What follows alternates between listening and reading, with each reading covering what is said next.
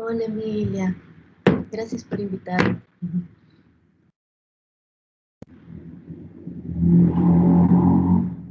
Creo que van a haber varios eh, colegas de la primera generación, tal vez, por idea.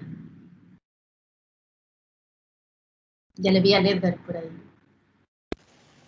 Sí, esperemos.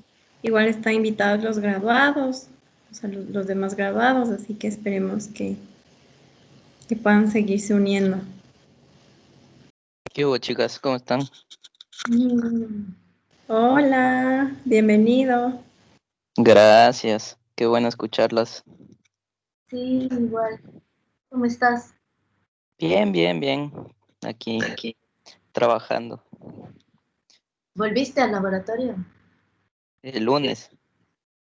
Yo también ya volví. ¿Qué tal? No, el lunes que viene vuelvo. Ah, Así que ahí les he de contar qué tal. gracias. Suerte en la exposición. Ya conversamos más tardecito. Dale, gracias, Bolito.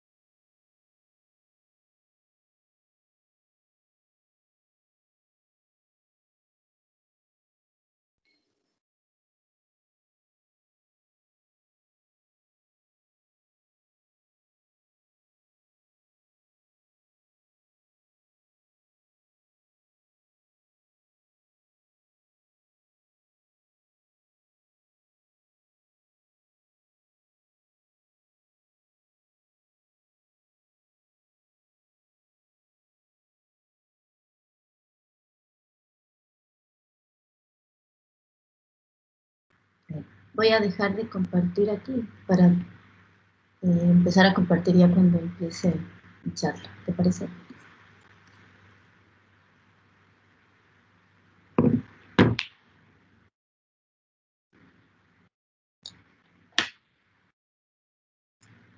Aló.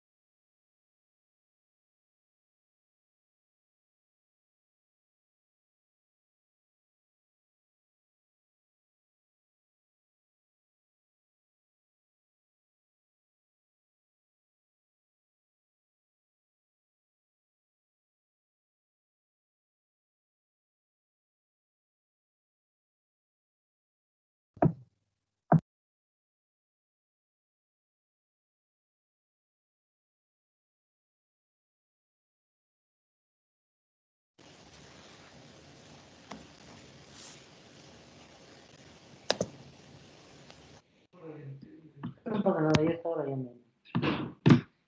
Pero sí es un sí.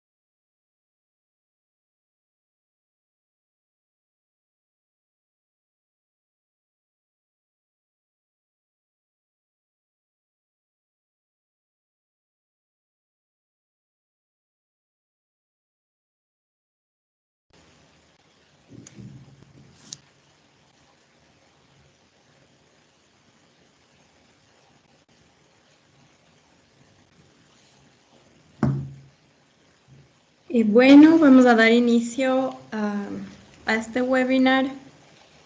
Estimada comunidad, la carrera de biotecnología de la Universidad de las Américas, manteniendo su compromiso por fomentar espacios de divulgación científica, les da la bienvenida al 14º conversatorio denominado Candidatos para vacunas contra la leishmaniasis.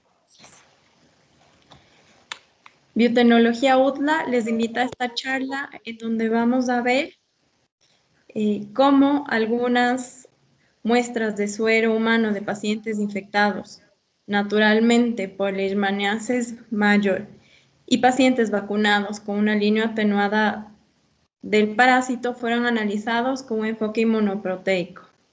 Se compararon las muestras, su reactividad a antígenos del parásito y también se identificaron y cuantificaron relativamente los antígenos conocidos por cada grupo del suero humano. Vamos a hablar de temas relacionados con la extracción y purificación de proteínas, Western blot, inmunoprecipitación y análisis proteómico usando el software Mascot. Hoy día nos acompaña Anabel Zavala Peñafiel. Ella es graduada en la primera promoción de biotecnología de la Universidad de las Américas. Es máster en biología infecciosa con una especialización en parasitología por la Universidad de Glasgow y actualmente está cursando su programa de doctorado en biología parasitaria en la Fundación Osvaldo Cruz.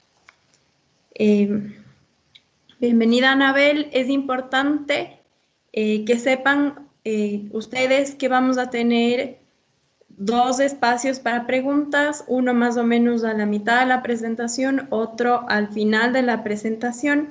Y también queremos comunicarles que las personas que deseen conocer un poco más de la carrera y que hayan pensado en estudiar ingeniería en biotecnología, pueden contactarse al correo electrónico que está colocado en el chat de esta reunión para recibir más información y concretar una entrevista con nuestra coordinadora de carrera. Este conversatorio tendrá una duración aproximada de 45 a 50 minutos y les pedimos que cualquier persona que desee formular una pregunta lo haga en el chat de la reunión. También les pedimos apagar sus cámaras y colocar sus micrófonos en silencio para no interrumpir a nuestra expositora. Bienvenida, Anabel. Gracias por acompañarnos esta tarde. Hola, buenas tardes, buenas noches y aquí en Brasil con todas y con todos. En primer lugar, quiero agradecer la invitación a la doctora Emilia Vázquez, que es la coordinadora de la carrera de biotecnología, y también a todo el equipo que está detrás de la organización de estas charlas de la carrera. Para mí, en realidad, es un honor estar aquí frente a mis colegas, frente a las nuevas generaciones de la carrera, para poder compartirles un poco sobre lo que he hecho a lo largo de mi carrera. Les voy a compartir la pantalla aquí. Porfa, ¿me confirmas, Steffi, que están viendo?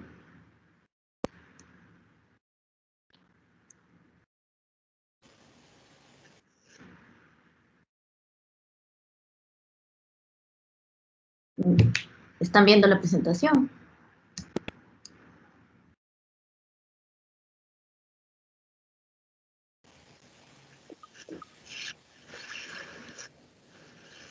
Sí, sí se ve. Ah, ya. Bueno, he puesto este mapa aquí. Abrazos, Anita. ¿No? Ah, ¿me Les escuchan? pedimos por favor apagar los micrófonos. Bueno, les he puesto este mapa aquí solo para indicarles un resumen gráfico de lo que acaba de mencionar Steffi y también para que sea bien evidente cómo la ciencia nos permite traspasar fronteras, no solo nacionales, sino también internacionales. Es como un mapa sobre lo que yo he podido realizar a través de la ciencia. Como ya lo mencionó Steffi, yo me gradué de ingeniera en biotecnología en la Universidad de las Américas y por una beca gubernamental tuve la oportunidad de viajar a la Universidad de Glasgow, en donde aprendí varias técnicas y pude abrir y ampliar redes para poder continuar con mi carrera. Y en la Universidad de Glasgow realicé una maestría de biología infecciosa y la tesis de esta maestría es el tema de exposición del día de hoy. Actualmente me encuentro en la Fundación Osvaldo Cruz, en Río de Janeiro, en Brasil, en la mitad de mi doctorado en biología parasitaria. Antes de comenzar con el tema ya en sí, me gustaría recalcar la importancia del tema de esta charla, porque debido al contexto del COVID, porque estamos, todo el mundo, toda la sociedad está a la espera de una o más de una vacuna para poder salir de esta pandemia del coronavirus. Y me parece interesante recordar que las vacunas no son solo una opción viable para enfermedades virales, sino que también pueden ser una opción para enfermedades parasitarias, como lo es la leishmaniasis. Y durante la maestría yo tuve la oportunidad de trabajar con un candidato a vacuna de leishmaniasis. Y es justamente sobre lo que les voy a hablar el día de hoy.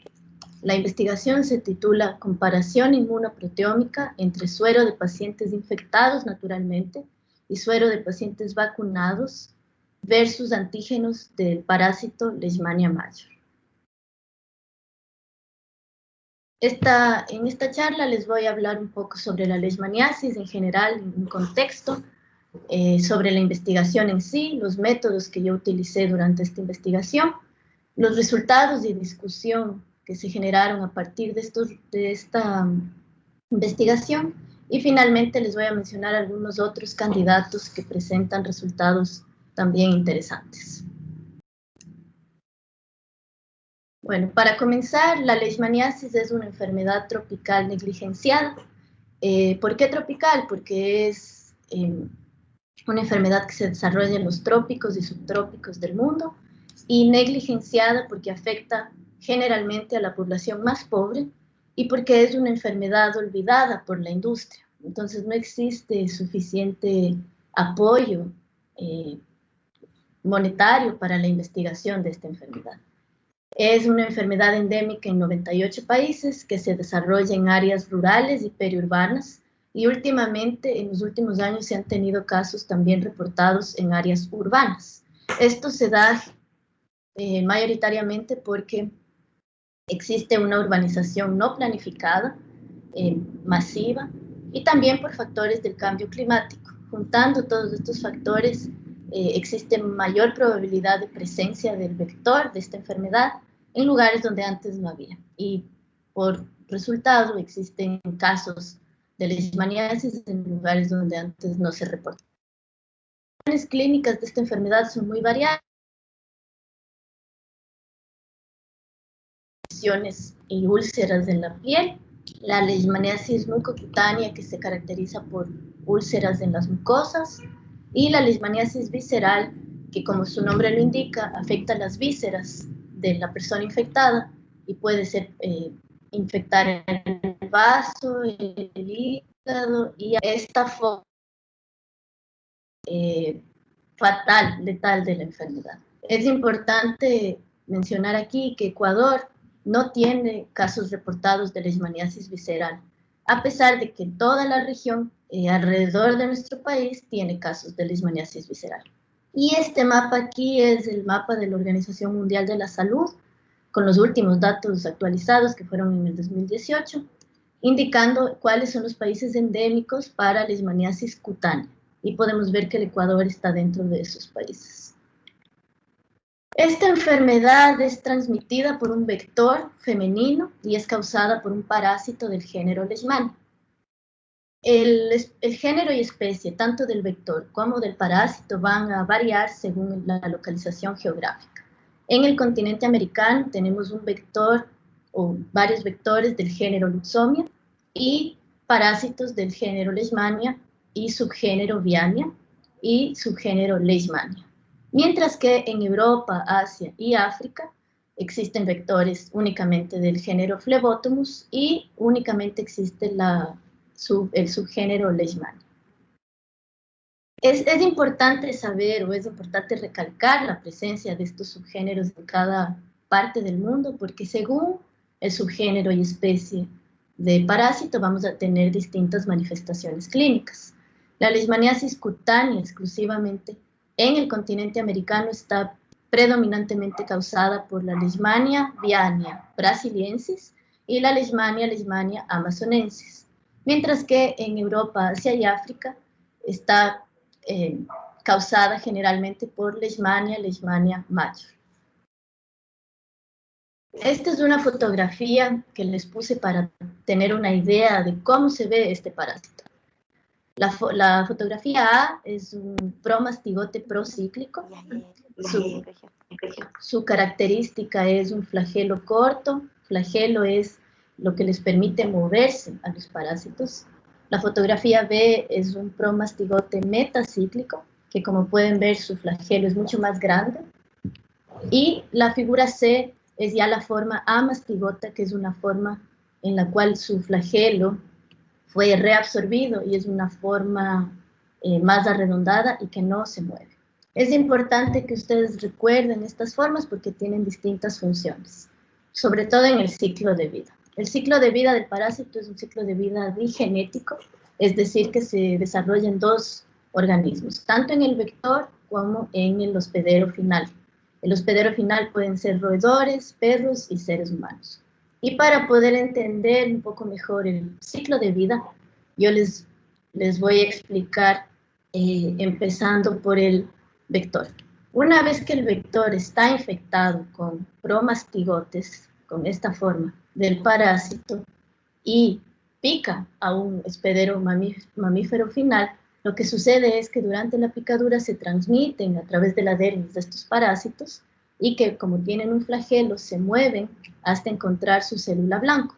La célula blanco son células fagocíticas como los macrófagos, las células dendríticas y los neutrófilos. Una vez que han reconocido a esta célula, se ingresan a ella y se desarrolla la forma amastigote intracelular, que como pueden ver ya no tiene flagelo, aún tiene flagelo, pero el flagelo fue reabsorbido, ya no se le ve, es una forma inmóvil y empieza a multiplicarse dentro de la célula. Se multiplica tanto que llega a destruir la célula, y una vez que destruye la célula puede infectar a otras células vecinas o puede también causar síntomas. En este caso, estas dos fotografías son típicas fotografías de leishmaniasis cutánea en este caso y leishmaniasis mucocutánea en este caso. Como pueden ver, la forma mucocutánea es mucho más agresiva, se puede decir, porque afecta, como les dije, a la zona de la nariz y boca y puede llegar a desfigurar la cara de las personas infectadas. Este amastigote que está libre puede ser durante otra picadura de otro vector, puede ingresar al cuerpo del vector y una vez que entra al vector en el tracto digestivo se comienza a desarrollar o de nuevo comienza a volver de su forma amastigote a la forma promastigote, como yo les decía aquí, la promastigota procíclica. Y se desarrolla a la forma promastigota metacíclica, y este vector puede picar a otro hospedero y así se cierra el ciclo y continúa. El tratamiento para la leishmaniasis cutánea exclusivamente, de aquí en adelante les voy a hablar solo de la leishmaniasis cutánea, se basa en glucantime. Glucantime es una droga que su principio activo es el antimonio pentavalente y es una droga que se ha utilizado hace más de 70 años y no cura, no es un tratamiento que cure la enfermedad, es un tratamiento que únicamente lo que hace es reducir la carga parasitaria y por resultado de esa reducción tenemos una reducción en la sintomatología. Sin embargo, los efectos secundarios de este tratamiento son muy severos, va desde fiebre, tos y puede llegar a insuficiencia renal, mialgia y artralgia. Y otro factor en contra que tiene este tratamiento es la resistencia parasitaria. Es decir, los parásitos, como han estado expuestos a esta droga tanto tiempo, han generado ya mecanismos de sobrevivencia y de adaptación para que este tratamiento no les afecte y sobrevivir a él.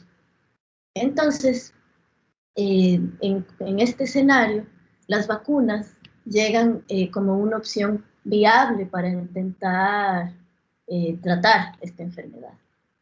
Las vacunas, de aquí solo un breve recorderis, están hechas de forma general por microorganismos vivos atenuados o por microorganismos inactivados. Pueden también estar hechas por subunidades de los microorganismos, como proteínas o toxinas inactivadas, o pueden estar basadas en el DNA y en el RNA del microorganismo. Hablando de la leishmaniasis y de enfermedades parasitarias de forma general, existe un fenómeno bien interesante que es que el hospedero obtiene protección a una nueva infección parasitaria, incluso cuando tiene parásitos vivos dentro del organismo. Entonces parece que para poder controlar una infección subsecuente se necesita una presentación o una presencia más bien constante de parásitos que puedan estar desarrollando esa respuesta inmune todo el tiempo y por lo tanto protegiendo al hospedero. Y este fenómeno se conoce como inmunidad concomitante. Y la inmunidad concomitante ha sido un fenómeno explotado desde hace muchísimo tiempo y el primer ejemplo de esta explotación es la leishmanización.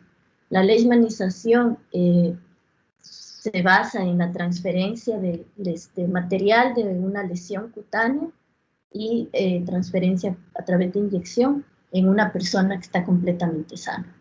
Y en los años 80 ocurrió o hubo una campaña de leishmanización en masa.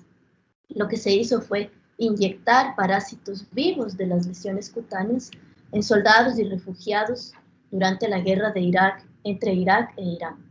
Esto se hizo pensando en reducir los altos niveles de incidencia de leishmaniasis cutánea en la zona de guerra. Los resultados de esta campaña fueron positivos, pero también muy negativos. Los positivos fueron que se pudo controlar un poco la incidencia de la enfermedad, pero este control vino con un costo muy alto porque las personas desarrollaban alergias muy severas en las zonas de inyección. También se desarrollaba una respuesta inmune tan fuerte debido a la presencia de parásitos vivos, tanto en la infección natural como en esta campaña, que la respuesta inmune llegaba a ser severa para las personas y se empeoraban los cuadros clínicos, y también porque existían personas que ya tenían un sistema inmune comprometido. Entonces estas personas, al recibir un microorganismo patogénico, obviamente desarrollaban una enfermedad más grave. Teniendo esto en cuenta, se pensó en usar parásitos vivos, sí, por esta idea de la inmunidad concomitante, pero atenuarlos. Atenuarlos significa hacerlos un poco más débiles y con el objetivo de que existe esa presentación constante de antígenos, pero que no sean capaces estos parásitos de revertir su patogenicidad, es decir, que no sean capaces de causar enfermedad. La idea de estos parásitos vivos atenuados es incrementar la respuesta inmune protectora, y la respuesta inmune protectora está basada en células de tipo Th1, como son las citocinas proinflamatorias IL-12 y el interferón gamma. Existen varias estrategias para poder atenuar parásitos vivos. Y la idea, los objetivos más grandes de estas atenuaciones son aumentar la población de células Th1, porque como les decía son proinflamatorias y protegen al hospedero, y disminuir las células tipo Th2, porque estas son las antiinflamatorias y que promueven la enfermedad. Junto al grupo de Glasgow publicamos una revisión de todas las estrategias utilizadas hasta el día de hoy, bueno, hasta este año, para atenuar parásitos que causan leishmaniasis cutánea. Y existen dos grandes estrategias. Existen las modificaciones genéticas no definidas y las modificaciones genéticas definidas. Dentro de las genéticas no definidas existen varias otras estrategias, entre ellas la presión por gentamicina, que es el método del cual les voy a hablar hoy. De forma general, la mayoría de los experimentos se realizaron utilizando el parásito Leishmania major y el modelo ratón VALV-C como modelo de experimentos in vivo. Y la mayoría de ellos también lograron obtener mayor cantidad de células Th1 y reducir las células Th2. Las modificaciones genéticas definidas son básicamente knockout de parásitos. Knockout significa suprimir un alelo o dos alelos de un mismo gen para ver si es que con este gen suprimido el parásito logra ser igual de virulento o no. Y se han utilizado varios genes como la cisteínoproteasa, como el lipofosfoglicano, que es una proteína de membrana del parásito, y el P27, que es otra proteína importante para sobrevivencia. Bueno, con todo este preámbulo puedo ya entrar en la investigación en sí. Yo utilicé una línea atenuada denominada H-line, y puse aquí la palabra serendipia porque cómo se obtuvo esta línea fue al azar, fue un experimento que sucedió, que se obtuvo un resultado que no se esperaba y que fue muy, muy prometedor. Lo que se realizó fue presión de gentamicina en cultivos in vitro de varias especies de leishmania. Y les voy a contar la historia así súper rápido. El doctor Daneshvar, que es la persona que está detrás de todo este proyecto, se olvidó un fin de semana un cultivo de leishmania con gentamicina. Gentamicina es un antibiótico que generalmente se utiliza para evitar contaminación en los cultivos parasitarios. Y él el fin de semana se olvidó de botar, de eliminar ese cultivo. Volvió después de unos 4 o 5 días y vio que el cultivo seguía ahí y se dio cuenta que los parásitos seguían vivos, solo que estaban un poquito más lentos, se movían más lentito, pero no se habían muerto. Entonces decidió comparar el crecimiento de estos parásitos con gentamicina y a lo largo del tiempo, y parásitos salvajes, es decir, no salvajes, perdón, pero sin gentamicina.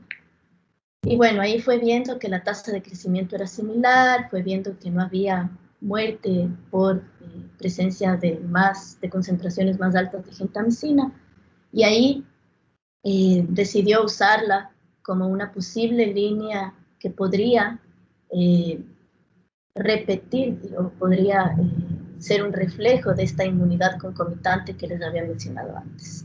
Y utilizó esta línea, creó estas 3 líneas atenuadas, y hablando específicamente de Leishmania major H-line, él realizó varios experimentos en los cuales determinó que la inmunización en modelos in vitro y modelos in vivo era efectiva y era segura. Modelos in vitro quiere decir infección de células humanas en laboratorio, células de una línea humana, y él aquí vio un aumento de la producción de citocinas tipo Th1 o células tipo Th1, y el modelo in vivo fue utilizando ratones VALV-C, en los cuales él inyectaba las líneas atenuadas e inyectaba en otro las líneas no atenuadas, las líneas salvajes. Y acompañando los 2 animales al mismo tiempo, vio que los parásitos atenuados causaban menos lesiones y lesiones mucho más pequeñas que los parásitos salvajes. Entonces, todos estos resultados les llevó a empezar un ensayo clínico ya en seres humanos en el país natal de él, que es Irán. Y en el 2016 yo tuve acceso a las muestras de voluntarios de esta fase clínica 3 de la provincia de Ilam en el oeste de Irán. Y esta es la tabla con las muestras que yo utilicé durante esta investigación. Yo utilicé 4 muestras, 2 naturalmente infectadas, NI significa naturalmente infectado, y 2 vacunadas. Entonces, la primera muestra proviene de una voluntaria de sexo femenino que tenía síntomas, tenía lesiones cutáneas y con una seropositividad de 1 en 160. Seropositividad es un examen que se realiza para detectar anticuerpos específicos de un microorganismo. Y el valor 160 es la cantidad de anticuerpos para leishmania detectados en este suero. La muestra NI2 es de origen de sexo masculino, con síntomas también de lesión cutánea y una seropositividad de 1 en 640. El B1 es un suero de un voluntario que fue vacunado con la línea atenuada y se repiten los mismos datos biológicos, mientras que el vacunado 2 tiene una seropositividad mayor al vacunado 1. Entonces, la pregunta general de investigación que teníamos con estos sueros era saber si existen diferencias a nivel de inmunoproteoma entre los sueros de pacientes infectados naturalmente con Leishmania major y los pacientes vacunados con la Leishmania major H-Line. Y para entender qué es esto del inmunoproteoma. El inmunoproteoma es esa interacción, esa reactividad entre las proteínas del ser humano que están en el suero, que serían los anticuerpos, y las proteínas del parásito, que serían los antígenos. Y esta interacción que se da a distintos niveles sería el inmunoproteoma. Y nosotros queríamos saber cuál era el inmunoproteoma de los sueros de las personas naturalmente infectadas y cuál era el inmunoproteoma de los vacunados. Y si es que existían o no diferencias entre ellos. Para ver esto, se realizaron 4 experimentos diferentes. El primero fue extracción y separación de proteínas. El primer paso para poder extraer y separar proteínas es cultivar el parásito, cultivar en laboratorio. Y el cultivo en laboratorio es un paso obligatorio para poder acompañar la curva de crecimiento, tanto de mi línea wild type o salvaje, como de mi línea atenuada.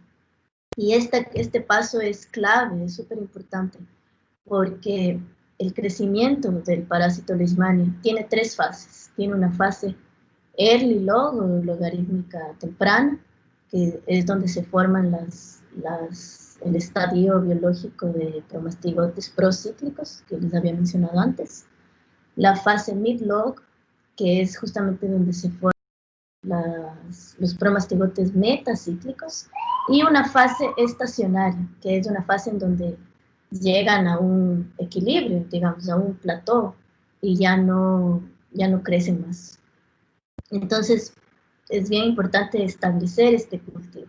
Una vez que este cultivo está establecido, obtuvimos esta fase de crecimiento mid-log o promastigotes metacíclicos para poder hacer sonicación de ellos. La sonicación es una estrategia que mediante la fuerza mecánica separa y rompe las membranas del parásito y nos libera como producto final un extracto de proteínas totales de esos parásitos. Y este extracto de proteínas totales, lo que se separó utilizando un gel de electroforesis SDS-PETCH. ¿Cómo funciona este gel de electroforesis de forma rápida? Las proteínas se separan según su peso molecular, de más grandes a más pequeñas, y viajan a través del gel en un campo eléctrico desde el polo negativo hasta el polo positivo. Entonces siempre en la parte de abajo del gel vamos a ver las proteínas más pequeñas y así hacia arriba las proteínas más grandes, más pesadas. El resultado de esta separación está en esta foto. Esta es la foto de un gel. El color original era un rosado, un morado, que es típico de la tinción, pero la fotografía está en blanco y negro. El punto de este resultado es que podemos ver que el perfil de proteínas entre el grupo wild type, están 3 columnas porque son 3 réplicas biológicas, y el grupo atenuado es igual. Podemos ver que hay una banda predominante aquí de 54 kilodaltons que está presente en ambos grupos, y varias otras bandas fuertes están entre 8 kilodaltons hasta 80 kilodaltons más o menos. Entonces, una vez que pudimos ya separar estas proteínas y pudimos verlas en el gel y ver que estaban íntegras, pasamos al siguiente paso. El siguiente paso es el Western blot. El Western blot es una técnica que se utiliza para detectar proteínas específicas. Y aquí les he puesto una figura con un esquema bien resumido de cómo se realiza el Western blot. Entonces, como primer paso, tenemos que separar las proteínas en un gel de electroforesis, que es justamente lo que hicimos en el paso anterior. Una vez que tenemos este gel, ya con las proteínas separadas, se las transfiere a un papel especial de nitrocelulosa, que va a ser, en el tercer paso, va a ser bloqueado con una proteína neutral. Este paso es bien importante porque este bloqueo con proteína neutral, que puede ser BSA o leche en polvo, va a evitar que en el siguiente paso se peguen proteínas que yo no quiero que se peguen, por decir así. Ya les voy a explicar con más detalle. Aquí el cuarto paso es incubación de esta membrana que ya fue bloqueada con el anticuerpo primario específico para mi proteína target. Mi proteína target es las proteínas del parásito.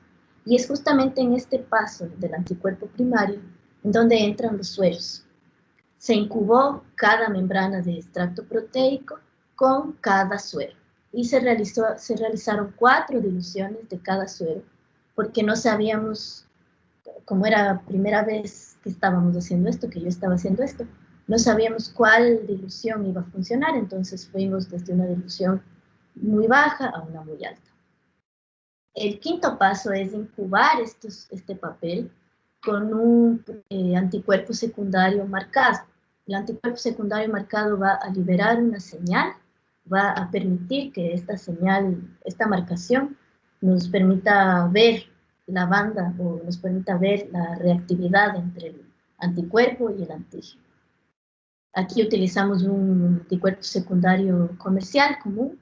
Y el sexto paso es revelar ya este papel. Lo que se hace es escanear y se obtiene una placa, y así una lámina más bien pequeña, con las manchas de las bandas en donde hubo reactividad.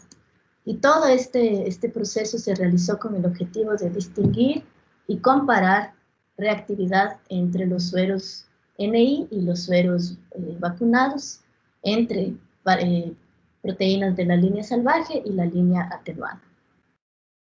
Los resultados de este experimento están en esta diapositiva. Aquí hay varias cosas y quisiera que acompañen mi explicación para que se pueda entender todas las observaciones de este gráfico. En primer lugar, podemos ver que la dilución que funcionó es la más baja, la más alta, digamos así, la 1 en 100, tanto para el grupo de NI como para el grupo vacunado. La segunda observación grande es que la diferencia de reactividad, de perfil de reactividad, entre el suero NI1 y NI2 es bastante evidente. Como pueden ver, aquí existe un perfil mucho más reactivo que en esta otra muestra. Y esto puede deberse a varios factores. Y el más evidente, el más obvio, puede ser el origen, la diferencia de origen biológico de esta muestra. La tercera observación es que las diferencias entre el suero vacunado 1 y el suero vacunado 2 no existen casi diferencias. Se encuentra una banda más o menos de 75 kilodaltons y aquí una banda de 90 kilodaltons, pero se puede ver que no existe un perfil de reactividad tan amplio como en esta otra muestra. Y finalmente, la observación más importante en este resultado es que no hubo diferencia entre las proteínas del parásito salvaje, que están aquí a su izquierda, en la columna izquierda, y las proteínas del parásito atenuado, que están en su derecha. En todas las figuras está en ese orden. Y pueden ver que son las mismas proteínas las reconocidas, tanto de la línea salvaje como de la línea atenuada. Entonces, no sé si...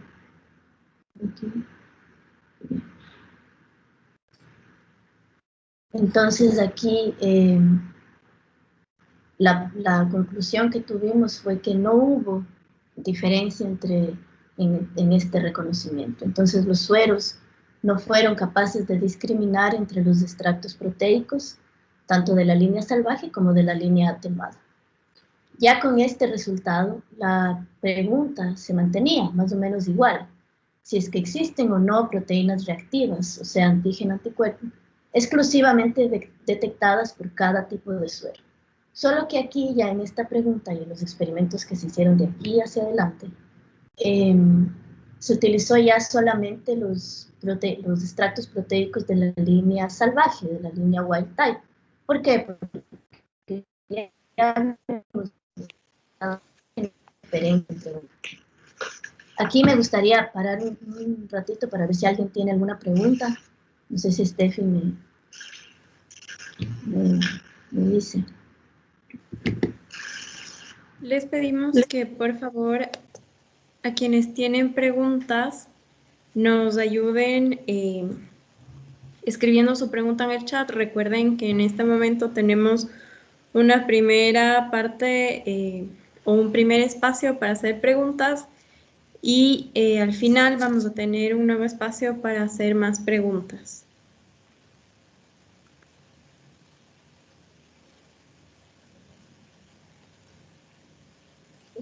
Me dice si es que están pudiendo acompañar lo que digo y la diapositiva, si está al mismo tiempo. Sí, y aquí tenemos una pregunta.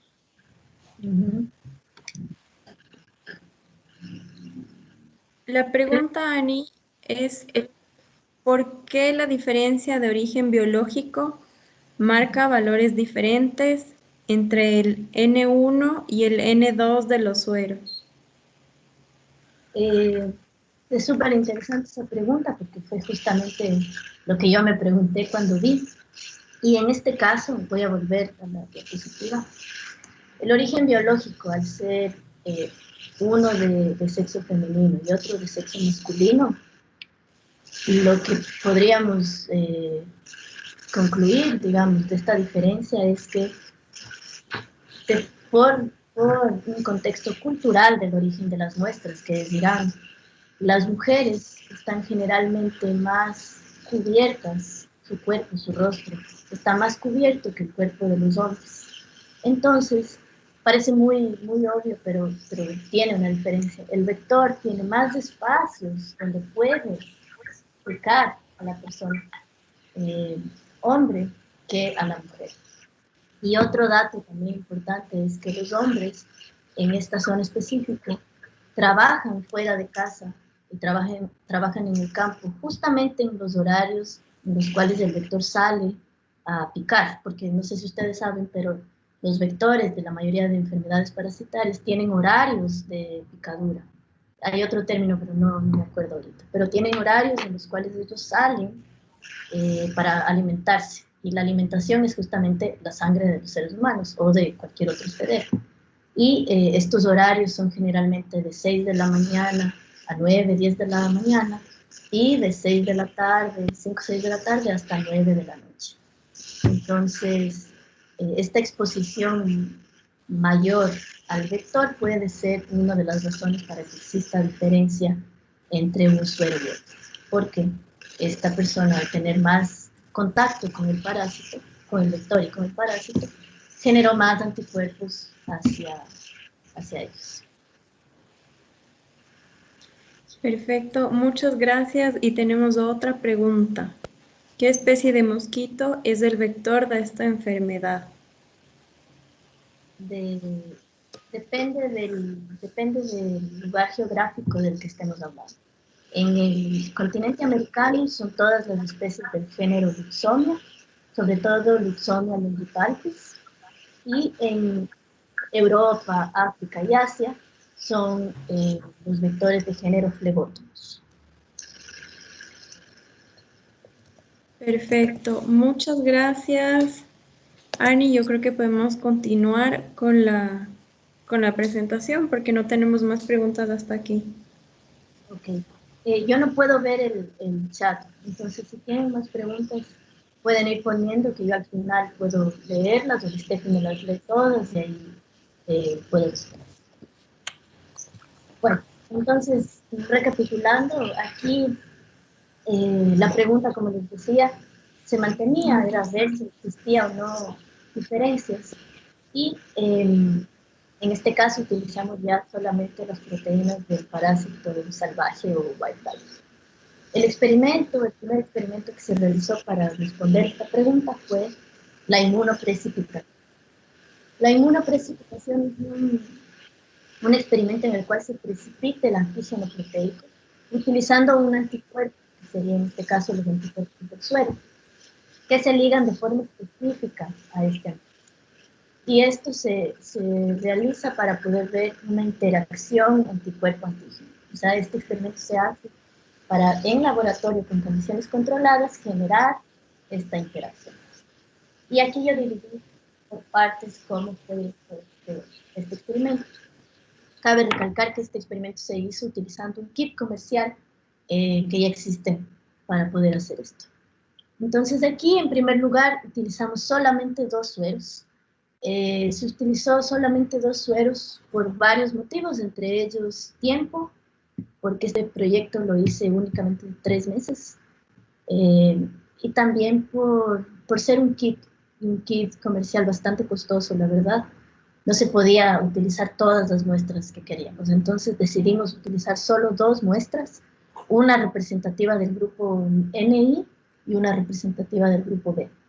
En este caso utilizamos estas 2 muestras de origen biológico similar, justamente como para evitar tener más ruido externo y tratar de controlar la mayor cantidad de factores. Y si no sé si recuerdan en la tabla, esta voluntaria tenía una seropositividad igual a esta, era 1 en 160. Entonces, todos esos detalles nos llevaron a decidir utilizar estas 2 muestras. Lo que se realizó fue incubar la dilución del suero que previamente funcionó con unos bits o perlas magnéticas. Lo que hacen estas perlas magnéticas es separar los anticuerpos del suero y estas perlas inmovilizan al anticuerpo para que se quede, digamos, pegado, ligado de forma magnética a esta perla. Y una vez que ya está ligado de forma magnética, se incuba con el extracto proteico. En este caso utilizamos 1 miligramo del extracto proteico para que se pueda dar justamente la inmunoprecipitación. Esta reacción se dejó incubando overnight y durante todo este tiempo se realizó, como dije, se presentó, digamos, esta inmunoprecipitación, que sería la ligación entre los antígenos y los anticuerpos. Una vez que ya se realizó esta incubación, se hizo una elusión, que lo que hace la elusión es justamente separar estos bits de nuestra proteína de interés, y se hizo una digestión por tripsina. Este es un paso súper importante para el siguiente experimento, que es el análisis proteómico. La digestión por tripsina es un paso obligatorio, diría yo, para proteómica. ¿Por qué? Porque ¿qué hace la tripsina? La tripsina es una proteasa que lo que hace es cribar o cortar la proteína, la secuencia entera de proteína, en los residuos de arginina y lisina. La tripsina hace esto para cortar esta proteína gigante en péptidos de secuencias de aminoácidos más pequeños. Y esto se realiza porque la proteína entera no puede entrar al equipo de proteómica. Entonces se separa en péptidos para que pueda ser analizado. Y ahí, con estos péptidos ya digeridos, se hizo el cuarto y último experimento, que es la cromatografía líquida acoplado a espectrofotometría de masa. Aquí les puse las siglas en inglés. Este experimento se hizo ¿para qué? Para poder identificar y poder comparar las proteínas antigénicas recuperadas de aquí, reconocidas por ambos sueros. ¿Y qué sucede en este paso? ¿Qué sucede en este equipo? Lo que sucede es que estas secuencias, estos péptidos, ingresan a la cromatografía líquida, que fraccionan los péptidos, y en el espectrofotómetro se ionizan. Por toda proteína, ustedes recuerdan tal vez, tiene una relación masa-carga. Entonces, en el espectrofotómetro se ioniza estas fracciones, y esta ionización va a cargar eléctricamente a mi muestra y va a poder dar una señal de masa. Y esta señal de masa y carga, esta relación masa-carga, va a ser detectada por el computador del espectrofotómetro. Y lo que vamos a tener es un espectro, justamente, que sería esto de aquí, espectros de masa-carga de esos péptidos. Y esos espectros de masa-carga pueden ser analizados por varios software públicos. Yo utilicé en este caso el software MASCO. ¿Qué es lo que hace? Compara estos espectros que yo obtuve de mis muestras con espectros que están depositados en bases de datos públicas. Y lo que hace es sobreponer estos espectros para poder identificar y saber si son iguales. Voy a poder saber la identidad de esa secuencia de péptidos. Y al saber la identidad de todas esas secuencias de péptidos de mi muestra, puedo saber la identidad de esa proteína, saber qué proteína es. Y un siguiente análisis después de este paso es un análisis funcional, que esto es buscar una función biológica, también en bases de datos públicas gratuitas, a esta secuencia de aminoácidos, a esta proteína que encontré. Entonces, los resultados de este experimento están aquí. En su izquierda está un diagrama de Venn, justamente de la identificación hecha por este software MASCO. Y podemos ver aquí que existen varias proteínas que están compartidas, es decir, que se encuentran tanto en la muestra NI1 como en la muestra V2. Esas proteínas que se encuentran en ambas muestras son, por ejemplo, la KMP11, que es una proteína de membrana de quinetoplástido. Es un factor esencial para que el parásito pueda pegarse, pueda reconocer, más bien dicho, a la célula blanco. Tenemos histonas y proteínas ribosomales que son esenciales para la replicación del parásito. Y existe también aquí unas proteínas hipotéticas. Me parece interesante aquí decirles que hay muchas proteínas que su nombre son proteínas hipotéticas. Es justamente porque no hay todavía suficiente información biológica experimental para saber quién es esta proteína. Se tiene una idea de la función, se tiene una idea de en dónde está o en qué organismos está presente, pero no de la función que tiene en ese organismo. Y lo más interesante de este diagrama de Venn es esta presencia exclusiva del gliceraldehído fosfato deshidrogenasa, de esta GAPDH, en la muestra naturalmente infectada, y esta proteína de dominio ALBA en la muestra vacunada. Entonces, dentro del software MASCO, de forma automática, este software nos libera un valor de abundancia relativa, porque en proteómica se habla mucho de la abundancia de proteínas, que en mi muestra verde o mi muestra vacunada está más abundante esta proteína, y en mi muestra infectada está más abundante esta proteína. Entonces aquí es una cuantificación relativa de la cantidad de proteína. Como podemos ver, las 4 primeras están básicamente en misma cantidad en ambas muestras, mientras que en la muestra naturalmente infectada es más abundante la GAPDH y en la muestra vacunada es más abundante la proteína ALBA. una cosa que yo quiero recalcar aquí, que es bien importante, es que es necesario recordar que los análisis de proteómica nos dan una idea de la abundancia de proteínas, no de presencia y ausencia. O sea, aquí, pensando en esta proteína GAPDH, puede ser que no, de hecho sí, la muestra vacunada también tenía esta proteína, pero la cantidad que tenía era tan baja que no entra en nuestro plot, o sea, no entra en el threshold de análisis. Pero es bien importante que no se utilicen las palabras ausencia, presencia, como que no tuviera, sino más bien abundancia, mayor abundancia, menor abundancia. Y bueno, la discusión de la investigación se centró justamente en estas diferencias, que eran nuestro objetivo central.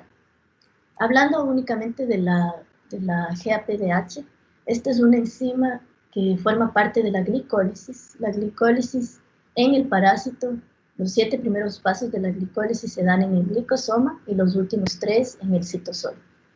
La glicólisis es una vía metabólica para obtener energía y el parásito usa fuentes de carbono del huésped, del hospedero, para poder producir piruvato y ATP como productos finales y como energía para poder sobrevivir.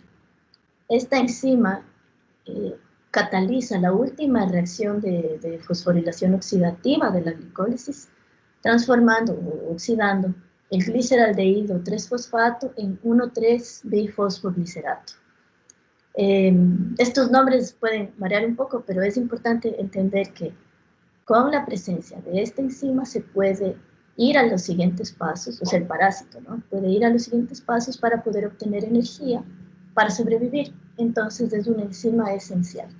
Y el hecho de que no haya estado abundante al mismo nivel en la otra muestra puede ser porque los parásitos presentes en esta muestra NI son más activos energéticamente que los parásitos ubicados en la muestra vacunada, porque recordemos que la muestra vacunada tiene presencia de parásitos atenuados, es decir, parásitos un poquito más débiles.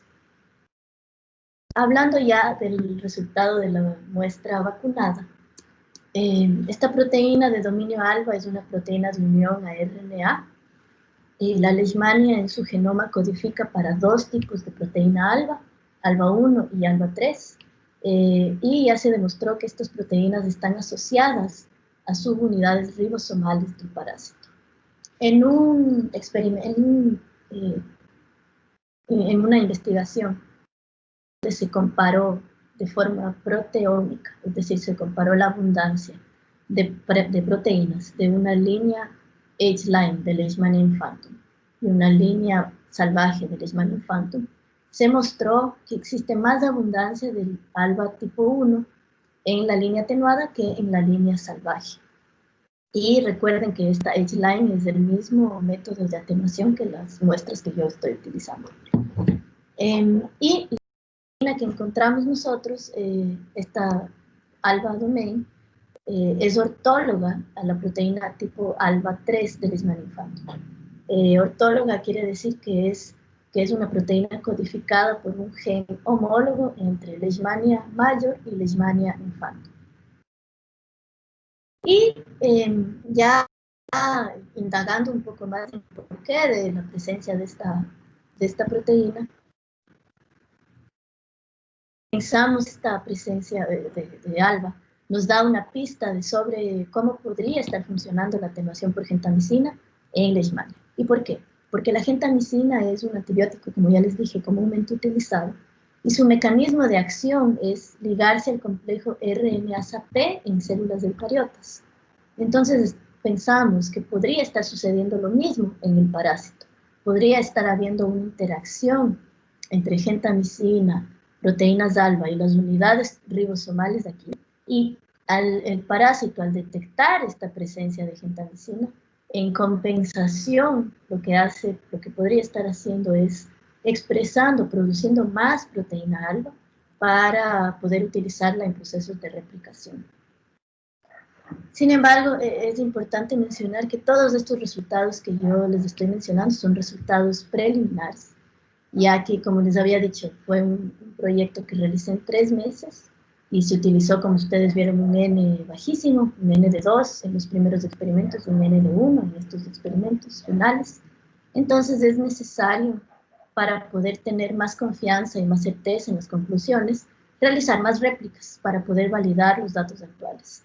Porque ustedes saben que en ciencia, mientras más réplicas se tenga y mientras sea reproducible el resultado obtenido, más confianza tenemos en las conclusiones que podemos obtener. Entonces, actualmente, estudiantes de maestría y de doctorado están validando estos datos actuales, es decir, replicando los experimentos que yo hice, y también se están utilizando más muestras para poder comparar datos y para ver si es que esta abundancia proteica y estas diferencias son consistentes en todos los grupos NI y B.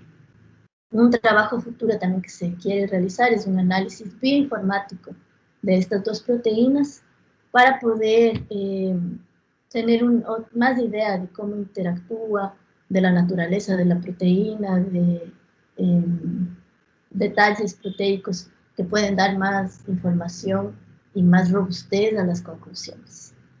Y aquí les puse un resultado de otro grupo de investigación en donde ellos hicieron fluorescencia microscópica, tomaron fotos a parásitos marcados para poder ver en dónde se ubicaba esta proteína alfa. Entonces, en la figura A tenemos promastigotes, la forma verde es el promastigote y el puntito rojo es la proteína alfa. Entonces, pueden ver que en los promastigotes la proteína está cerca al kinetoplasto, está cerca a la parte posterior del parásito. Una vez que comienza la diferenciación entre promastigote hacia amastigote, esta proteína alfa, como pueden ver aquí, viaja hacia la parte inicial del flagelo. Entonces, desde el citoplasma que estaba aquí antes, durante la diferenciación viajó hasta este inicio del flagelo, ya se diferenció en amastigota. Podemos ver aquí más tenue, pero está ahí.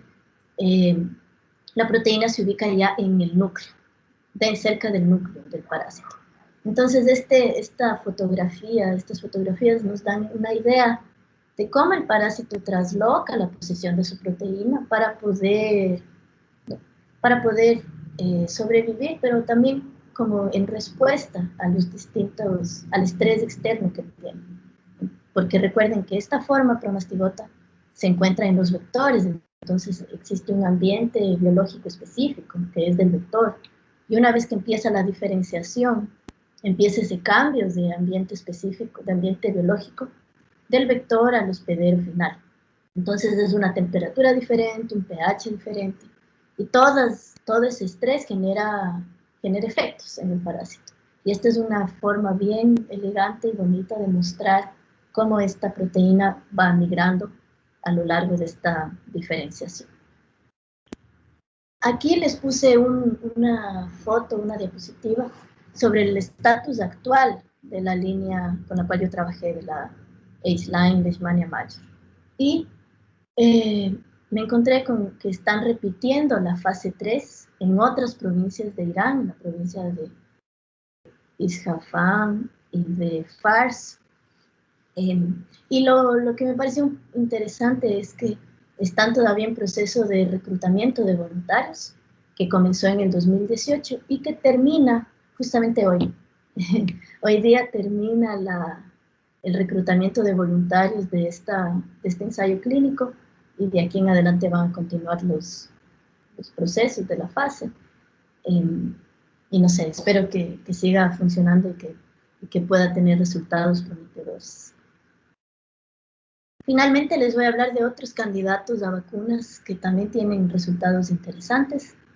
En primer lugar, este estudio que fue publicado en el 2002, y es un poco antiguo, pero me pareció interesante porque aquí se vio una diferencia de respuesta según el modelo biológico. Ellos utilizaron un modelo in vivo de ratones y un modelo in vivo de monos de primates rhesus. Y fue interesante porque en el modelo de ratones, ellos vieron protección y obtuvieron todas las respuestas que uno espera de inmunización. Una vez que pasaron del modelo ratón al modelo primate, no vieron este resultado. El modelo primate no funcionó, se desarrolló una enfermedad grave, no hubo protección. Entonces, este es como un ejemplo bien claro de cómo a lo largo del camino puede no funcionar todo lo que uno planea al inicio. Este otro artículo fue publicado este año y este es súper interesante porque utiliza la técnica CRISPR, que como ustedes me imagino deben estar familiarizados, es una técnica para silenciar genes. Utilizaron esta técnica CRISPR para silenciar el gen centrina de Leishmania major. El gen centrina está relacionado con replicación, si no me equivoco, y lo que vieron fue que cumple con todos los objetivos que uno espera de un candidato de vacuna, mayor cantidad de células TH1, lesiones más reducidas. Y una cosa bien interesante que hicieron aquí fue infectar un modelo in vivo, un ratón o un hámster, con una especie que causa leishmaniasis visceral, que es la Leishmania infantum. Y a este modelo que estaba infectado le vacunaron con esta línea atenuada. Y vieron, pero esta línea de Leishmania major. Y si ustedes recuerdan, Leishmania major causa otro tipo de leishmaniasis cutánea. Sin embargo, ellos vieron protección en este modelo. Entonces, existe la posibilidad de que haya una protección cruzada, digamos, o parcial, no completa, pero cruzada entre una especie de leishmania protegiendo a otra especie de leishmania. Y eso es súper interesante porque se repetiría lo que ya se sabía desde la época de la leishmanización. Y estos resultados, en el final del paper, ellos mencionan que el próximo paso ya son ensayos clínicos, entonces es un candidato que promete mucho. Y finalmente este paper, que es el candidato, la especie utilizada es Leishmania donovani, que es una especie que causa leishmaniasis visceral en Europa y en Asia y en África. Y aquí también vieron protección inmune contra la leishmaniasis visceral. Aquí solo quería mencionarles que ahora me encuentro en la Fundación Osvaldo Cruz, como ya les había mencionado. Estoy realizando mi doctorado y ahora, una vez que ya aprendí todas estas técnicas y tuve una idea de esa relación hospedero-parásito, me quise enfocar más en el parásito y saber quién es, cómo es, qué hace, dónde está, todo. Y lo que estoy haciendo ahora en mi doctorado es analizar el perfil biológico de Leishmania brasiliensis de origen clínico diferente, es decir, de personas que tuvieron una respuesta de resistencia al glucantina y personas que tuvieron una respuesta no resistente, es decir, favorable al glucantina. Y todo este análisis está enfocado en las proteasas, que son proteínas de virulencia, son factores de virulencia del parásito. Y la idea es realizar todos estos experimentos en relación a las proteasas y en relación a la resistencia para tener una idea de los perfiles de parásitos que están circulando aquí en Río de Janeiro, porque estas especies son de pacientes locales. Y esta investigación la estoy realizando en el grupo de biomarcadores liderado por el doctor Carlos Roberto Alves, dentro del Laboratorio de Biología Molecular y Enfermedades Endémicas de la Fiocruz.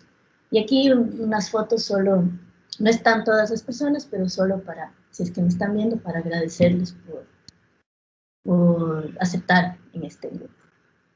Y bueno, muchas gracias.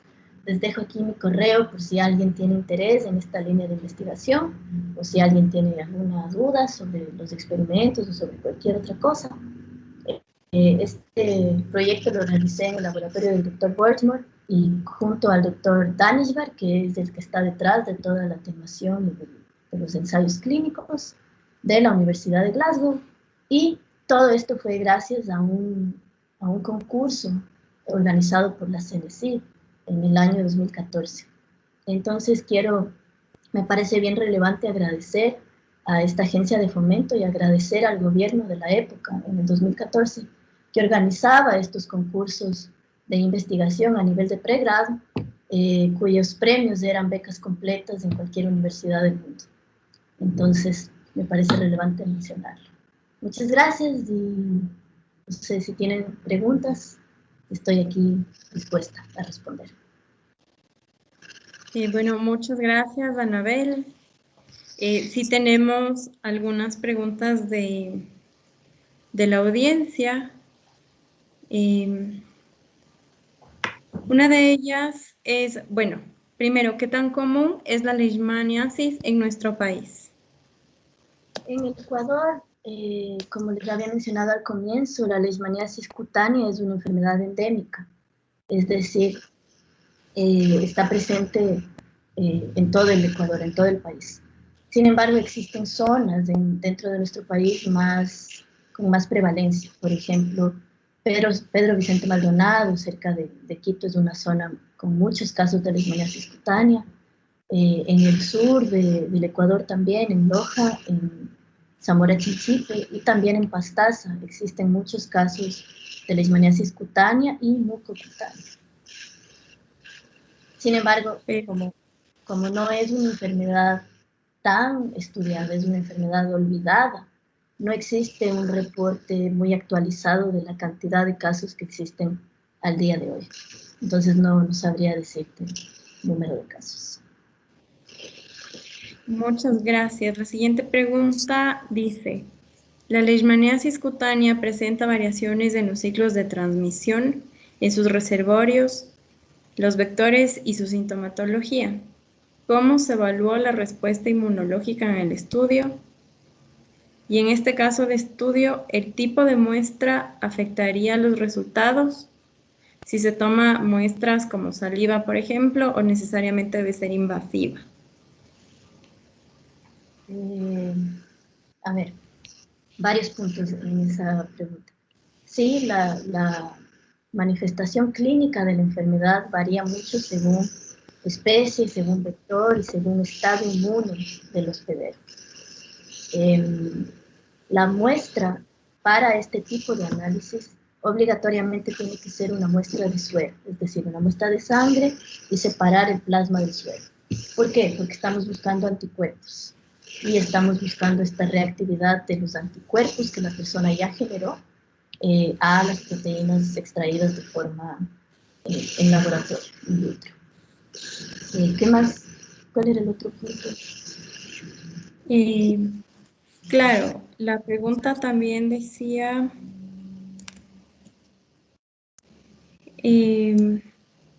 ya que cómo se evalúa la respuesta inmunológica en este estudio. Esto fue realizado durante la fase clínica y yo estaba viendo los detalles de la fase clínica y ellos tienen varias pruebas que realizan para detectar. Una de ellas es la seropositividad, que es la cantidad de anticuerpos que ha generado esa persona en relación o en respuesta a la exposición al parásito. Yo no realicé estos análisis inmunológicos. Yo recibí ya en Glasgow las muestras de suero, pero sé que en campo, porque hay que recordar también que estos estudios son hechos lejos de los laboratorios y lejos de los subcentros de salud. Entonces, los únicos métodos diagnósticos, infelizmente, que existen ahora de diagnóstico rápido son las pruebas de ELISA y las pruebas de presencia de anticuerpos. Entonces, fue esta la prueba inmunológica que se realizó. Listo. Otra de las preguntas que tenemos dice, ¿qué se necesita hacer para conocer la composición de la proteína hipotética presente en GAPDH y en ALBA? No conocer su composición no es un inconveniente para los análisis y cómo se identificó su presencia. Composición, me imagino que se refiere a la secuencia de aminoácidos. Esta secuencia de aminoácidos sí se conoció a través de la espectrofotometría de masas y a través de la cromatografía líquida. Porque lo que hace estas dos técnicas juntas, lo que hacen es fraccionar la proteína y ionizarla. Esta ionización lo que va a hacer es darle una carga según la masa que tiene este espectro. Y esta ionización va a liberar una señal en la computadora. Y esta señal es un espectro. Y nosotros lo que hacemos es coger este espectro que obtuvimos de la muestra y colocarla en un buscador de espectros que ya están depositados en las bases de datos. Y este buscador lo que va a buscar justamente es similaridades. Entonces, según la similaridad de mi espectro de la muestra y el espectro que ya está depositado, yo puedo identificar la proteína. Y al identificar la proteína, yo voy a otra base de datos en donde yo busco literalmente quién es esa proteína, dónde está, qué experimentos se han realizado, en qué organismo se ha encontrado, cuál es el gen que codifica esa proteína. Entonces, justamente toda esa búsqueda se llama análisis funcional, que es buscar la función de la proteína previamente identificada. Listo. Tenemos otra pregunta y dice, en el caso de que un mosquito flebótomo infectado pique a una persona, ¿cuándo empezaría a desarrollar la enfermedad? Esta pregunta es bien interesante porque eso va a depender de muchos factores. Va a depender de la cantidad de parásitos que ingresaron desde la picadura y va a depender del estado inmune de la persona. Entonces, imaginemos un cuadro grave en el que la cantidad de parásitos es muy alta y la persona es un caso súper común, por ejemplo, la persona está con SIDA. Entonces, el sistema inmune está completamente comprometido. Existen muchos casos reportados de esta coinfección entre SIDA y leishmaniasis, porque la persona al estar con un estado inmune tan comprometido genera una enfermedad muy grave porque el sistema no es capaz de responder de manera protectora. Entonces, el tiempo y la forma de manifestación de la enfermedad va a depender de esos dos factores.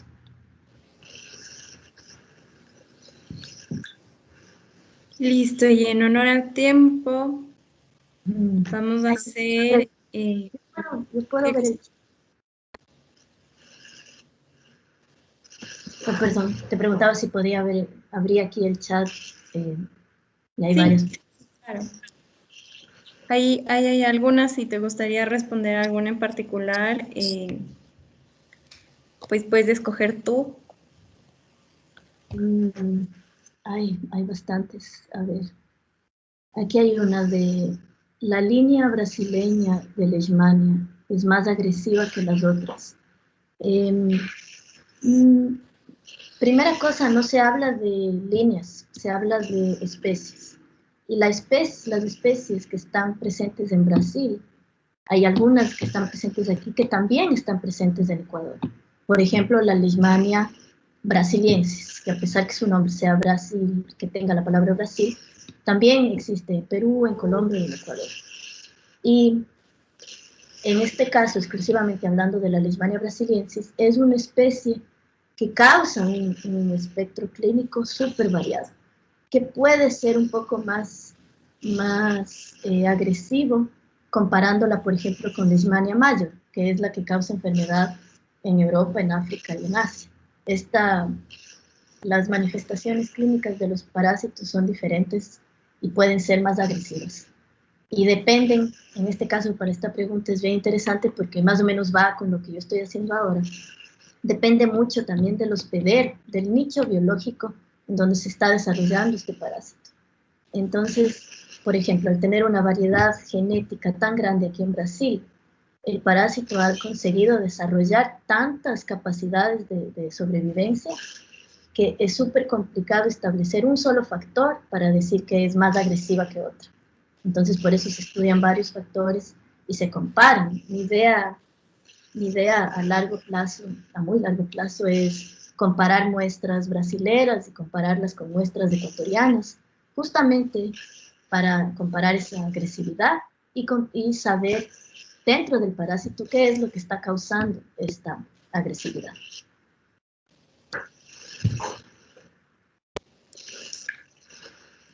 Listo. ¿Hay alguna otra que quisieras responder? Así que puedas ver ahí en el chat, o si no, yo puedo hacerte otra de las que estamos.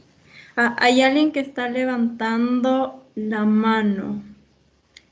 Luis Renato, si tienes una pregunta, puedes porfa escribirla. Mira, qué último.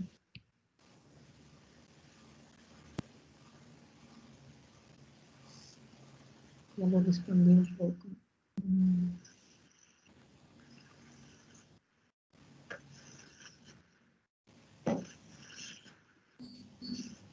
Yo no sé en qué orden fueron apareciendo, entonces tal vez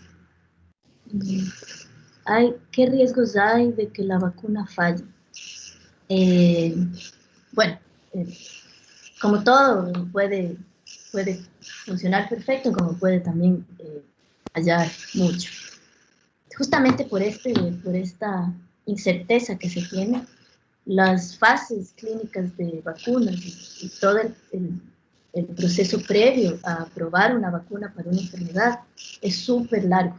Si ustedes, me imagino que están ya un poco más familiarizados con esto por la COVID, existen 3 fases obligatorias, fase 1, fase 2 y fase 3, y en cada fase se examina y se evalúa distintos posibles resultados negativos que podría tener la vacuna.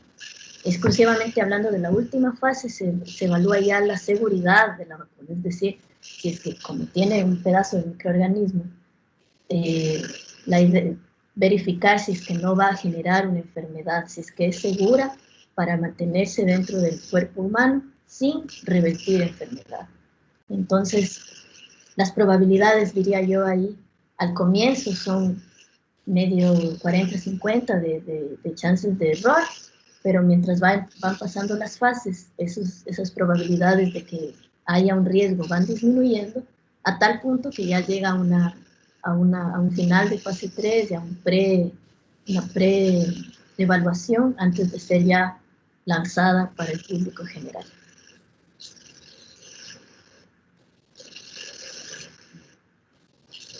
Ya, aquí hay una pregunta de un estudiante de la carrera y dice, al momento de realizar la investigación en leishmaniasis, ¿cuáles son las características principales que comparten, me imagino que las especies de leishmania, dentro de su composición? ¿Y qué tiempo puede demorar en encontrar la variación y una solución de la misma? Aquí entiendo que se refiere a los candidatos a vacunas. Bueno, las características en común entre todas las especies son sus organelas específicas. Todas tienen núcleo, todas tienen una mitocondria, todos tienen ribosomas, todos tienen un flagelo. Esas características biológicas son compartidas en todas las especies. La diferencia entre especies va a depender mucho del hospedero al que van a infectar. Entonces, cómo ellas responden a ese contexto, a ese ambiente biológico diferente para cada una, va a dar cuenta de cómo va a ser esa manifestación. Y